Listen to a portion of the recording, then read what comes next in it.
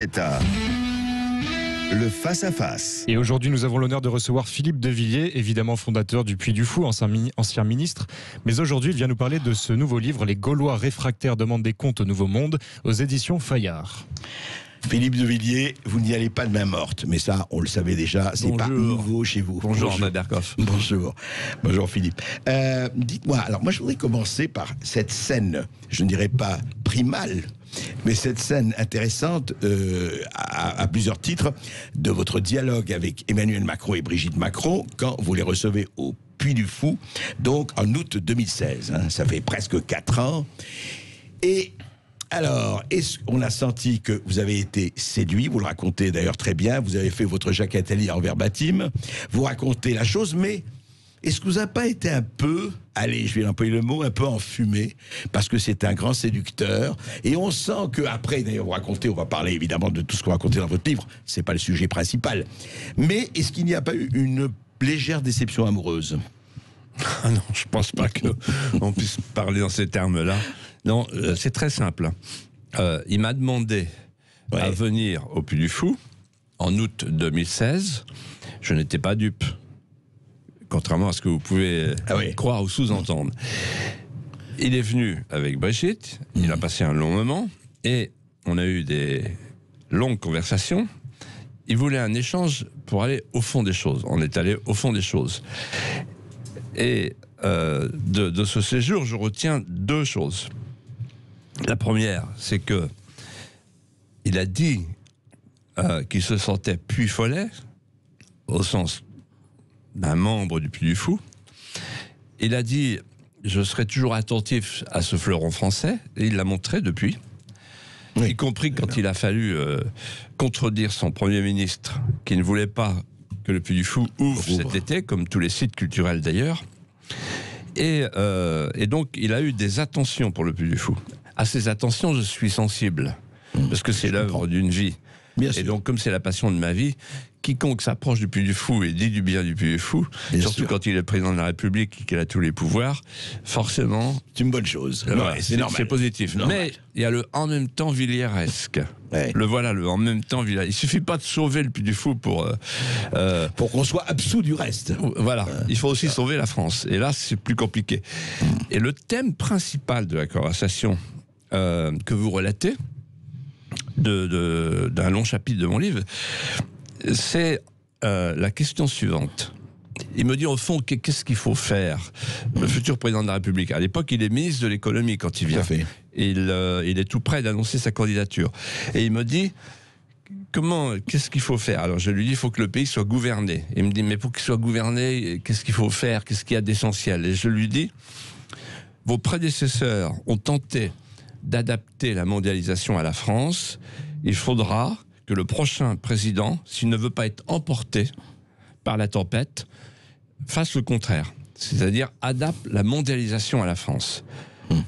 C'est d'une actualité incroyable, parce que si Emmanuel Macron avait adapté la mondialisation à la France, il aurait rétabli la frontière, les souverainetés, l'autonomie stratégique, la souveraineté au sens des intérêts vitaux. On n'aurait pas été obligé d'aller acheter notre paracétamol en Chine, on n'aurait pas été obligé d'aller chercher nos masques en Chine, et on n'aurait pas été les derniers à fermer les frontières. C'était peut-être trop tard, Philippe de Villiers, mais ça c'est un autre problème. Alors c'était sans doute trop tard, puisqu'il vient du Nouveau Monde dont je parle de mon livre, et le Nouveau Monde, c'est le village global unifié, sans frontières, sans souveraineté et sans intérêts vitaux et sans autonomie stratégique. Et c'était aussi le primat de l'économie sur la politique, c'est-à-dire l'idée d'un marché planétaire de masse avec des consommateurs compulsifs, le consumérisme de masse, l'idée que la main invisible du marché allait servir de régulateur des tensions humaines et des rapports sociaux. Et surtout, pas de frontières, pas d'identité, tous consommateurs. Exactement. Le reste ne compte pas. On devient des consommateurs. Mais quand même, et je voudrais pas revenir, je comprends très bien ce que vous avez dit sur la fidélité Puy du Fou, et ça c'est tout à fait normal et légitime et honorable. Mais vous pensez franchement que Emmanuel Macron, qui est issu d'où il est issu. Encore une fois, il n'y a pas de péché originel. Enfin, il a eu la trajectoire, d'ailleurs, assez fulgurante et brillante. Enfin, c'est un homme de la mondialisation, c'est un homme de l'Europe, c'est un homme des no borders, c'est un homme de la non-identité spécifique, c'est un homme du anywhere, et c'est pas un homme du somewhere, comme disent les Américains. Donc, est-ce qu'il n'y avait pas, d'ailleurs, vous le dites vous-même, c'est très intéressant dans cette première partie, et on va parler évidemment de beaucoup d'autres choses, vous dites, mais je vois quand même qu'il voit Cohn-Bendit tout le temps, et Cohn-Bendit et moi, c'est pas vraiment la même chose. Alors donc, ouais. J'ai bien compris votre question, j'y réponds. Ouais. Donc, il vient au Puy du Fou en août 2016, donc il y a 4 ans. À partir de ce moment-là, il me dit, à chaque fois que vous aurez un problème ou un projet pour le monde, un projet du Puy du Fou, appelez-moi. Bon, ligne directe. Bon. Et il m'invite de temps en temps à dîner. Et quand il m'invite à dîner, il me dit, ça commence comme ça, dès l'apéritif, il dit, surtout vous me dites tout. J'ai dit, attention, ça va déménager, ça va ramoner dans la cheminée. Il me dit, oui, ça va ramoner. Voilà, j'y suis prêt.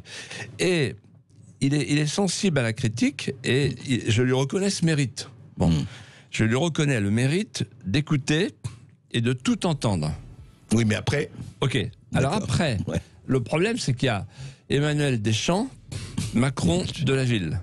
Dr Jekyll et Mr Hyde. Voilà. Et donc, c'est là en même temps. Voilà. Ouais. Et donc, je ne sais pas ce qu'il retient, ce que je lui dis. Parfois, il retient une formule, bon. Mais ce que je sais, c'est que je ne suis pas dupe. Voilà. Et là, ce qui est en train de se passer avec le confinement, le déconfinement, c'est une débâcle. C'est une débâcle. Et je pense que c'est un événement qui est de l'importance de la chute du mur de Berlin et du 11 septembre. C'est un événement qui va être un tournant. Je souhaite qu'on en parle. Ah, mais on va en parler tout de suite après une petite pause et on va aborder effectivement cette question capitale de ce qui se passe aujourd'hui. À tout de suite. Avec Philippe de Villiers, fondateur du Puy du Fou et auteur des Gaulois réfractaires qui demandent des comptes au Nouveau Monde. C'est aux éditions Fayard. Alors justement, Philippe de Villiers, parlons de justement, parce que le livre, ça c'est le dialogue avec Macron, c'est le premier chapitre, mais après il y a tout le reste. Et tout le reste, c'est effectivement un constat assez implacable, une analyse au scalpel de ce qui s'est passé ces derniers mois et qui au fond, et vous le dites vous-même dans votre livre, vous l'écrivez, ça vient de loin. Mais on va pas remonter à loin parce que le mur de Berlin, tout ça, effectivement, on l'a dit. Mais justement, vous dites, là, hors antenne, vous m'avez dit, le déconfinement, ce qui s'est passé en ce moment, c'est aussi important que la chute du mur de Berlin, en tout cas à notre niveau à nous. Qu'est-ce que vous voulez dire par là? Ce que je veux dire, c'est que le confinement, le déconfinement, conduisent à un Munich sanitaire et social. C'est une débâcle. Et que cette débâcle va non seulement marquer les esprits, mais marquer l'histoire et imposer un tournant. Alors, c'est une débâcle. Quel tournant? La débâcle, c'est un vieux peuple fait pour les grands espaces, pour le vent de galerne, le Mistral et la Tramontane, qui accepte d'être enfermé. Un vieux peuple qui voit ses libertés fondamentales amputées. C'est un traumatisme durable. Une fois que les Gaulois réfractaires, c'était une expression d'Emmanuel Macron que j'utilise à dessein. Au Danemark. Ouais. Et alors ils sont censés être indisciplinés, indociles. Ils se laissent enfermer comme des troglodytes recroquevillés dans une falaise de craie. Et quand ils sortent, effectivement, ils demandent des comptes. Alors, les comptes, c'est quoi? C'est d'abord un traumatisme, le traumatisme d'un peuple amputé de ses libertés fondamentales. Deuxièmement, la déchirure des tissus conjonctifs de la France industrieuse, qui ne s'en remettra pas. Toute l'économie réelle. Troisièmement, l'abandon des anciens, qu'on a laissé mourir seuls, en silence. Quatrièmement, la victoire de Créon sur Antigone qui n'a pas eu le droit d'aller enterrer son frère. C'est une défaite de la civilisation. Voilà pour la débâcle, pour résumer la débâcle. Et maintenant, qu'est-ce qui va sortir de tout ça? Je pense qu'on ne pourra plus vivre comme avant. Le monde d'après, c'est un monde qui condamne le monde d'Emmanuel Macron, c'est-à-dire le nouveau monde. Le nouveau monde, c'était un monde débarrassé, censé être débarrassé des souverainetés, des frontières et des nations, des États. Et aujourd'hui, on va entrer dans un monde où il va falloir retrouver le carré magique de la survie, qu'on a retrouvé pendant le confinement. Oui. Les premiers corvées. Premier coin du carré, c'est la souveraineté. Deuxième coin, c'est la frontière. Troisième coin, c'est le local, le circuit court. Et quatrième coin, c'est la famille, la première sécurité sociale dans un monde de solidaires solitaires. Et donc, le monde d'après sera construit sur deux principes inverses du monde d'avant. Premier principe, ce sera un monde de nations, avec des frontières, des souverainetés et l'autonomie stratégique comme impératif catégorique. Et deuxièmement, ce sera un retournement, le politique qui va revenir au-dessus de l'économique, alors que là, on a vécu le primat de l'économie. En d'autres termes, pour être très concret, les fameuses chaînes de valeur globale qui célèbrent l'interconnexion, l'interdépendance planétaire, c'est fini. Il faudra demain que le paracétamol soit fabriqué chez nous et qu'on ait... Alors, De Gaulle disait, je veux bien entrer dans l'Europe à une condition, c'est qu'on me laisse protéger mes intérêts vitaux. Une nation... Les intérêts nationaux vitaux. Et donc, les intérêts vitaux au sens national. Voilà. Et donc, par exemple, l'atome, c'est un intérêt vital. L'agriculture non productiviste, c'est un intérêt vital. Avoir une industrie chez nous, c'est un intérêt vital. Si on avait une industrie, il n'y aurait pas eu les gilets jaunes, etc., etc. Et donc, en fait, on redécouvre ce qu'on avait perdu d'eux. Par exemple, si on avait...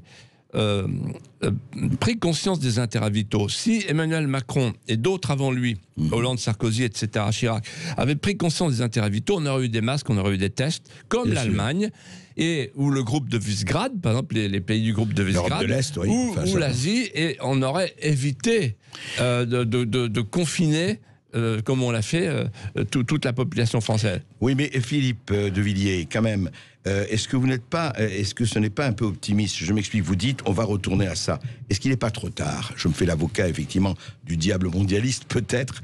Je m'explique. Rapatrier, relocaliser, ça demande quand même un processus très long. Ça ne se fera pas comme ça avec un coup de baguette magique. On a fait de la Chine la pharmacie du monde, enfin, fabricant de produits pharmaceutiques. Ça ne va pas se retourner du jour au lendemain. L'industrie, vous le savez mieux que moi, elle a été démantelée. On a vendu la France à la découpe. Il y a encore quelques fleurons, mais il n'y en a pas beaucoup. Troisièmement, est-ce que les solidarités vont se retrouver comme elles se retrouvent à partir du moment où on va être, et vous le savez, dans une crise économique quand même très importante, pas seulement en France et ailleurs. Comment, sans qu'il y ait quelqu'un ou quelques-uns qui donnent un cap d'effort, comme il y avait eu l'ardente obligation du plan après la libération, après enfin, il y avait eu un De Gaulle, bon, quel que soit ce qu'on peut penser de lui. Est-ce que le vrai problème n'est pas face à cela, qui ne va pas se faire en un tournement, qu'un coup de cuillère à peau? Qu'est-ce qu'on fait? Et surtout, qui peut le faire dans une France? Vous avez vu ce qui se passe avec les policiers, avec les manifestations. Je rappelle simplement que je ne sais pas si le Puy du Fou, la Ciné pourra rouvrir avec le public. Vous avez vu que quand même, quand on veut faire des manifestations à 20 000 personnes, il n'y a aucun problème. C'est interdit, mais ça s'appelle une interdiction tolérée. C'est très beau. Donc, qu'est-ce qu'on fait? Il faut être Puy du Traoré. Puy du Fou, c'est pas possible. Puy du Traoré, c'est possible. Voilà. Si vous dites que si on faisait par exemple, une nouvelle cinéchénie sur le thème la police française est raciste, on aurait le droit d'ouvrir la 100 000 cinéchénie. personnes. Oui, 100 000 personnes. Oui. Attendez, mais je vais revenir à votre question. Oui. Je réponds. Oui. Je pense que ça va être il va y avoir une tension entre deux jeux, un jeu de force avec la tension suivante. D'un côté, les peuples qui vont réclamer ça, c'est ce qu'on vient de dire. La souveraineté, le retour de la frontière, etc., la relocalisation. Et de l'autre côté, les chaînes de valeur globale, c'est-à-dire les grandes entreprises multinationales, les GAFAM, etc., qui vont tirer dans leur sens pour garder le monde d'avant, qui sera en fait le monde qui, j'espère, ne sera pas le monde d'après, qui sera l'ancien nouveau monde, en quelque sorte, plutôt le nouveau monde de l'ancien temps. Je voudrais juste dire une chose, c'est que là, le traumatisme, on a vécu un confinement mal géré et un déconfinement mal géré. Alors, j'explique pourquoi, parce que c'est très important. Il fallait faire un confinement ciblé, comme ont fait les autres, comme ont fait ceux qui ont réussi, avec des frontières, des masques, des tests, un confinement ciblé géographiquement et médicalement. Géographiquement, sur les zones qu'il y a eu l'Oise, enfin Oui, enfin, Mulhouse, etc. les zones rouges et les zones vertes. autres, Enfin, voilà. dites Et vertes, il fallait ouais. faire ce qu'on a fait. Il fallait faire pour le confinement ce qu'on a fait pour le déconfinement. C'est-à-dire un confinement progressif, ciblé avec la règle des 100 km, etc. Mais Philippe, pareil, excusez-moi. nous, en Vendée, on n'a pas vu le Covid. Et Oui, deuxièmement, pour le déconfinement, c'est beaucoup plus grave. En fait, on n'a pas vraiment déconfiné, puisque là, en venant au studio, je vois les gens avec des masques, etc. Et on a fait un déconfinement lent, partiel, qui ne peut pas relancer l'économie. Philippe, je suis obligé de vous interrompre parce qu'on a les informations, mais on va continuer juste après les informations. Dans tous mes États, dans tous nos États, avec ce qui se passe en ce moment en France et ailleurs.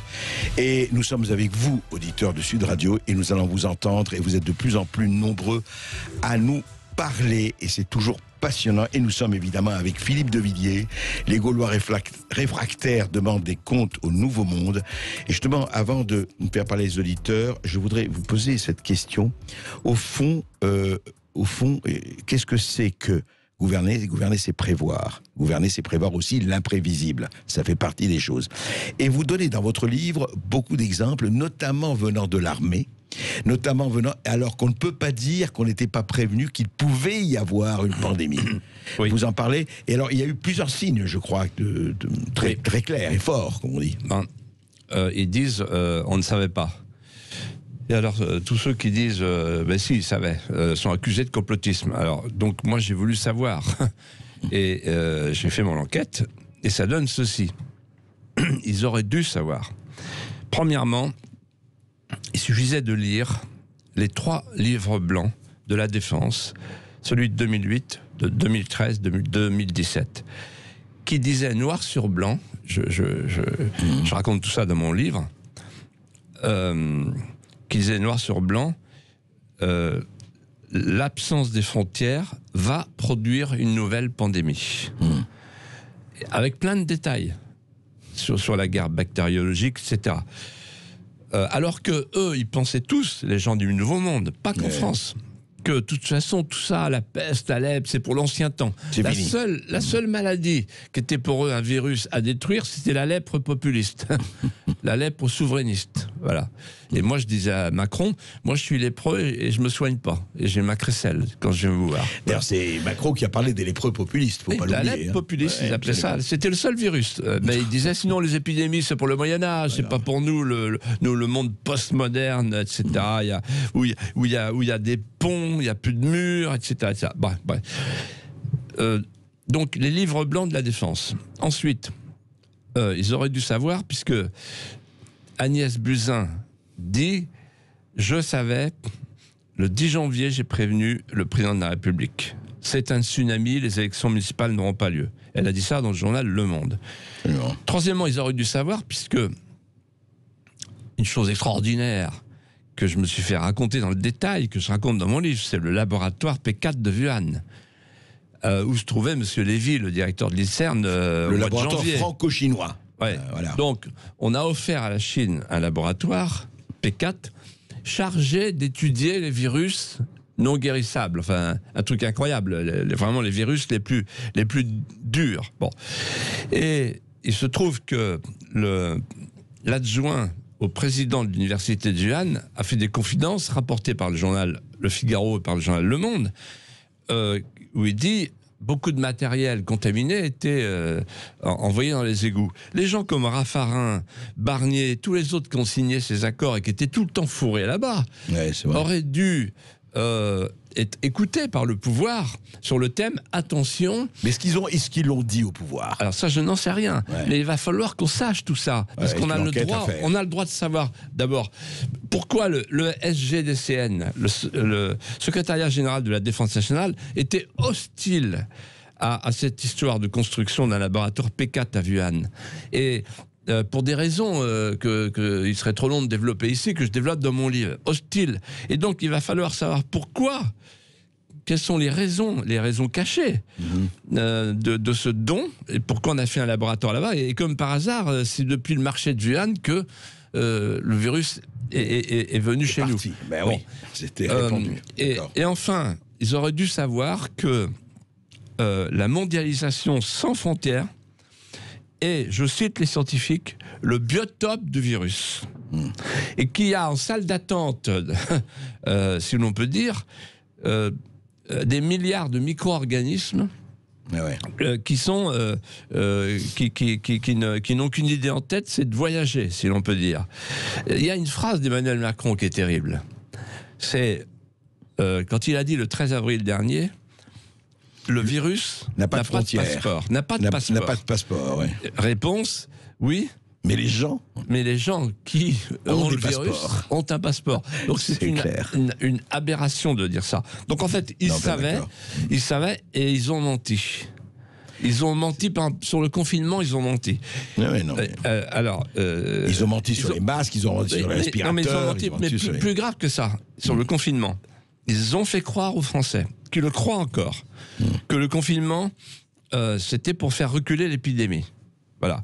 C'est pas vrai. C'était pour lisser la courbe des entrées en réanimation, pour ne pas avoir, je cite Emmanuel Macron, pour ne pas avoir les images de l'Italie avec les gens dans les couloirs. Dans les couloirs en train d'attendre la mort. Parce qu'il n'y avait pas assez de lits. Et en fait, comme il n'y avait pas assez de lits, il fallait rester chez soi. Et voilà. Et alors pourquoi ils ont pensé ça? Parce qu'ils ont écouté Neil Ferguson, le grand scientifique, le grand modélisateur qui prédisait 500 000 morts en France. Voilà. Il est venu voir Macron. L'Imperial College. Alors l'Imperial College a donné un rapport à l'Institut Pasteur, qui a donné son rapport à Delfrécy, que j'appelle le maréchal Delfrécy parce que Macron lui a donné les pleins pouvoirs et le bio-pouvoir, et qui a dit oh là là, panique, rentrez chez vous et enfermez-vous.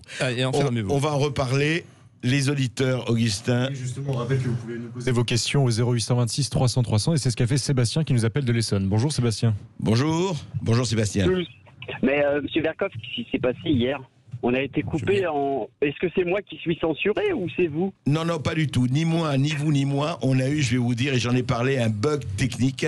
C'est-à-dire nos liaisons Internet se sont arrêtées. Ça arrive. Et voilà. Non, mais évidemment, je faisais une blague. Vous savez bien. Bon, écoutez, je vais juste... je voudrais poser une question à Monsieur De Villiers, que j'aime bien. Oui. J'aime beaucoup ce monsieur parce qu'il défend un peu mes valeurs, tout ce qui est la nation, la fin de la mondialisation, etc. Mais est-ce qu'il ne pense pas qu'il perd son temps parce qu'en fait les Français sont cons? Parce que, je m'explique, ça fait quand même 30 ans que des gens comme vous nous préviennent. Oui. Et les Français continuent à voter pour les mêmes. Alors est-ce que c'est un problème j'ai une autre deuxième que vous pourrez répondre après. Allez-y, Sébastien. Qu'est-ce que vous avez fait réellement pour combattre ça, à part commenter tous les jours, faire des livres? Je vous aime bien, mais je suis un peu cru, je voudrais avoir une explication. Pourquoi ça n'a pas été beaucoup plus, allez, on va dire, pas violent, mais un peu plus on va dire... rude, plus rude, etc. Sébastien, on va poser la question. Non, mais vous avez été très clair. On va poser la question à Philippe de Villiers. Je rappelle. Il vous dit, écoutez, Philippe de Villiers, parce que vous n'avez peut-être pas entendu le début. Il dit, il y a ceci, c'est très bien. Il dit, il vous aime plutôt. Enfin, il vous apprécie. Mais Sébastien dit, attendez, vous croyez, ça fait 30 ans que vous dites les choses, vous et d'autres, dans le même sens. Et dit-il très bien, est-ce que les Français, est-ce qu'ils sont pas et que en fait ils vont continuer comme avant? C'est la question que je vous ai un peu posée différemment, mais il la pose plus crûment. Et deuxièmement, il vous pose aussi la question, Philippe de Villiers, est-ce que vous n'auriez pas dû être, mais même dès le départ ou en tout cas un moment, encore plus dur, encore plus cru que vous l'avez été? Voilà la question de Sébastien, ou les questions de Sébastien. Oui, alors... moi, j'ai créé dans ma vie le Puy du Fou. C'est une sorte de fil à la patte, si vous voulez. C'est l'œuvre d'une vie, la passion d'une vie. J'étais jeune quand j'ai créé ça. C'était pour payer une dette morale à mon père, à ma mère, à la Vendée, à la France. Et ça m'a pas laissé beaucoup de temps, en fait. La politique, pour moi, était une variable d'ajustement, que ce soit la Vendée ou la politique nationale. Donc, j'avais pas la détermination de quelqu'un à temps plein.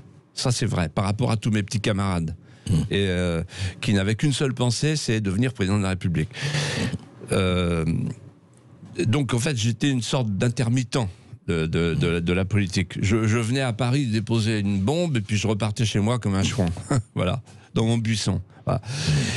Sur le fond, alors, les Français, en fait, ne comprenaient pas ce que je disais. Pas que moi, hein, tous ceux qui parlaient du souverainisme, tous ceux qui disaient si on brade la souveraineté, on est mort. Tout cela était voué aux gémonies. Nous étions des parias. Il y avait un périmètre sanitaire autour de nous. Et c'est vrai que quand on fait le compte de moi, ce que j'ai dit, y compris l'adhésion de la Turquie, etc., j'ai empêché des choses. Bon, mon livre sur les abeilles, etc. Bon, en pure perte. Alors, je suis reparti comme Cincinnatus dans son champ. Dans mon champ. Bon, mais là, c'est goulayant. Vous avez raison, monsieur.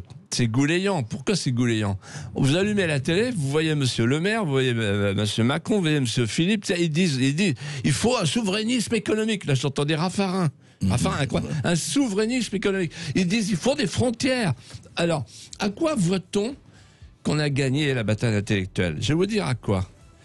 On voit qu'on a gagné la bataille intellectuelle quand le camp d'en face pille votre lexique. Absolument. Et c'est ce qui est en train de se passer en ce moment. Alors j'ai un petit espoir.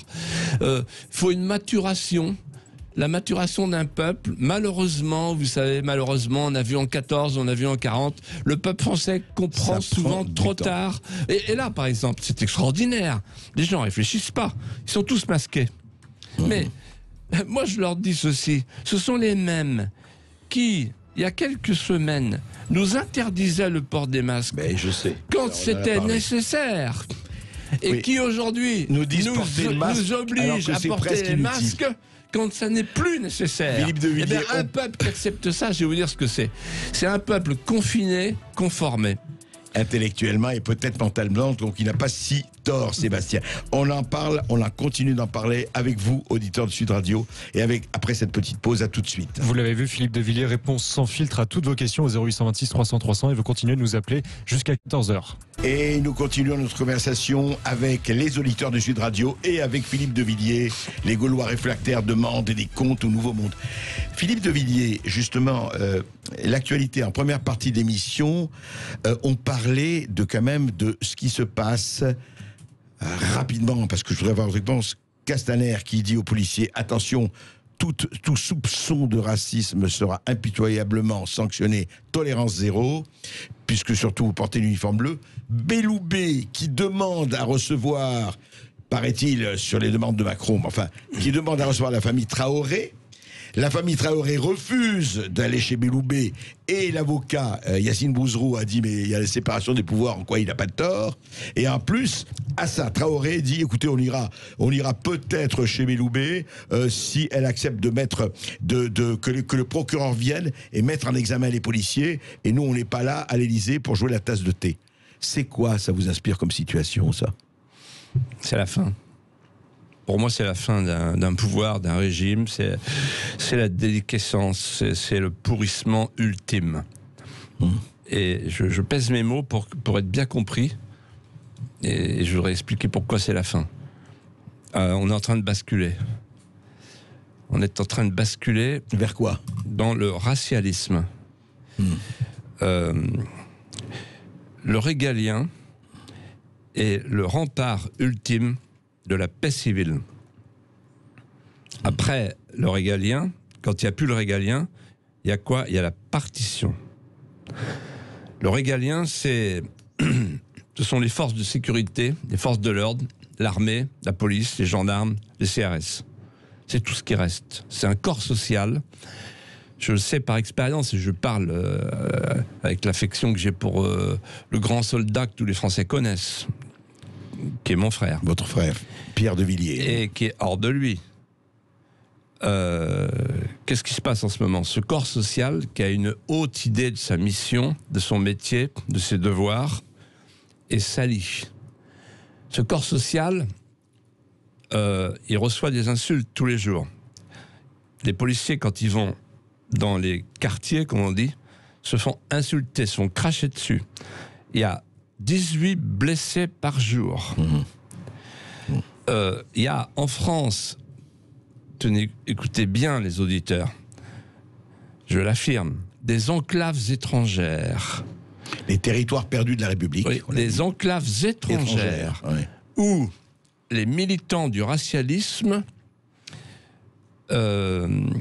considèrent que la France est un acte colonial, que la France doit être punie par l'immigration, par un changement de population, que la France est une puissance étrangère chez elle et que la police est une armée d'occupation. Voilà que on laisse conspuer, nous le peuple français, on laisse conspuer ceux qu'on applaudissait en 2015, les belles trames d'hier, d'aujourd'hui et de demain. C'est insupportable. Et maintenant, j'en arrive à votre question. Castaner, qu'est-ce qu'il a fait? L'amalgame des dates. Il y a la manifestation Traoré, qui insulte les policiers sur le thème « ce sont des racistes ». Tout le monde et la police, HAIT, bien sûr. Et vous avez Castaner qui intervient en réponse et qui dit « oh là là, on va arrêter le racisme dans la police ». D'ailleurs, on va arrêter les étranglements. Sous-entendu, ce sont des étrangleurs, des criminels. Et on va poursuivre ceux qui sont l'objet d'un soupçon avéré. Donc, M. Castaner invente un oxymore du troisième type, le soupçon avéré. Bon, je donne à réfléchir aux auditeurs. Qu'est-ce qu'un soupçon avéré? C'est une présomption de culpabilité, pas autre chose. Pas et donc, M. Castaner, il fait... D'abord, il désavoue l'institution dont il a la garde. Ensuite, il instaure la politique du soupçon sur tous les policiers. Tous salis. Salis aux yeux des Français. Ce sont des racistes virtuels. Et enfin, ça c'est le pompon, il dit « Ah ouais, mais attention, en cas d'émotion, la règle portant sur l'interdiction des groupes de plus de 20 personnes n'est plus appliquée, et la règle des 5000 n'est plus appliquée non plus. » Donc en fait, là où il n'y a pas d'émotion, par exemple les festivals, ou par exemple la Ciné du Puy du Fou, qui parle du légendaire français, là il n'y a pas d'émotion, donc les règles juridiques sont appliquées. Mais là où il y a de l'émotion, c'est-à-dire Traoré, le racialisme, les militants du racialisme qui considèrent que la France est un pays, je cite, de racisme systémique, eux, il n'y a pas de problème. Alors moi je dis, M. Castaner, il doit démissionner. Et Mme Belloubet, ils doivent démissionner, Fripounet et Marisate. Ils ridiculisent la République, ridiculisent l'État. Monsieur Castaner, en fait, révèle quelque chose que j'ai perçu et que je raconte dans mon livre, édité chez Fayard, je le dis au passage, qui est un éditeur formidable. Parce qu'il est courageux. Alors, il révèle quoi, vous dites? Ce que révèle l'attitude de Castaner et Belloubet. En fait, c'est pas de l'idéologie, contrairement à ce que j'ai dit tout à l'heure. C'est pire que ça. C'est plus simple que ça. L'idéologie, c'est la gangue, si vous voulez. Mais à l'intérieur, il y a quoi? Il y a la trouille, tout simplement. Ces gens-là ont peur du peuple. Ces gens-là ont peur d'eux-mêmes. Ces gens-là ont peur de leur propre vide. Castaner, c'est la pétoche. Belloubet, c'est la pétoche. Vous vous rendez compte, un garde des Sceaux qui prend parti contre les gendarmes pour recevoir cette famille Traoré, bien sous tout rapport, hein, si vous étudiez, je dis aux auditeurs, renseignez-vous sur la famille Traoré, vous allez voir, voilà. Bon. Non mais en plus, elle outrepasse ses fonctions de ministre, en plus. Donc en fait, on accepte en France quelque chose de terrible. Désormais, il y a les blancs, il y a les noirs. Ça y est, c'est parti. Puisqu'il y a des manifestations qu'on accepte avec bienveillance, par trouille, qui disent « Ouais, les policiers sont des racistes. » Et d'ailleurs, la France, c'est un pays de racisme systémique. Et donc, en fait, on est tous appelés à être assignés à résidence selon sa couleur de peau. Jacques Bainville, le grand historien, disait « La France, c'est pas une race, c'est une nation. C'est beaucoup mieux qu'une race, c'est une nation. » Et la Corse a été française après la Martinique. Donc on sait que la France, elle est multiethnique, mais elle est uniculturelle. Et moi, je dis à ces gens qui manifestent, vous devez aimer votre mère. Vous êtes en France, c'est notre mère, la France, c'est notre famille.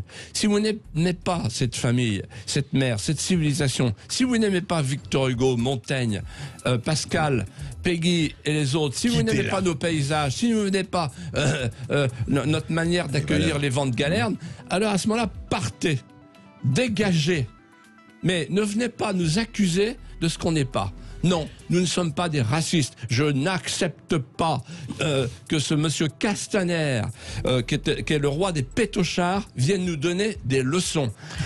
Et puis je suis très agacé par cette histoire de tolérance là, de la manifestation, parce qu'en fait, on voit bien que Castaner, Belloubet, accessoirement Emmanuel Macron, en fait, c'est la politique de la peur, c'est la politique de la panique. Ils nous ont confinés, ils nous ont enfermés, ils nous ont embastillés, ils nous ont encasernés parce qu'ils avaient la trouille de quoi? Il m'a fait une confidence, Macron. Il m'a dit, Édouard Philippe, il gère son risque pénal.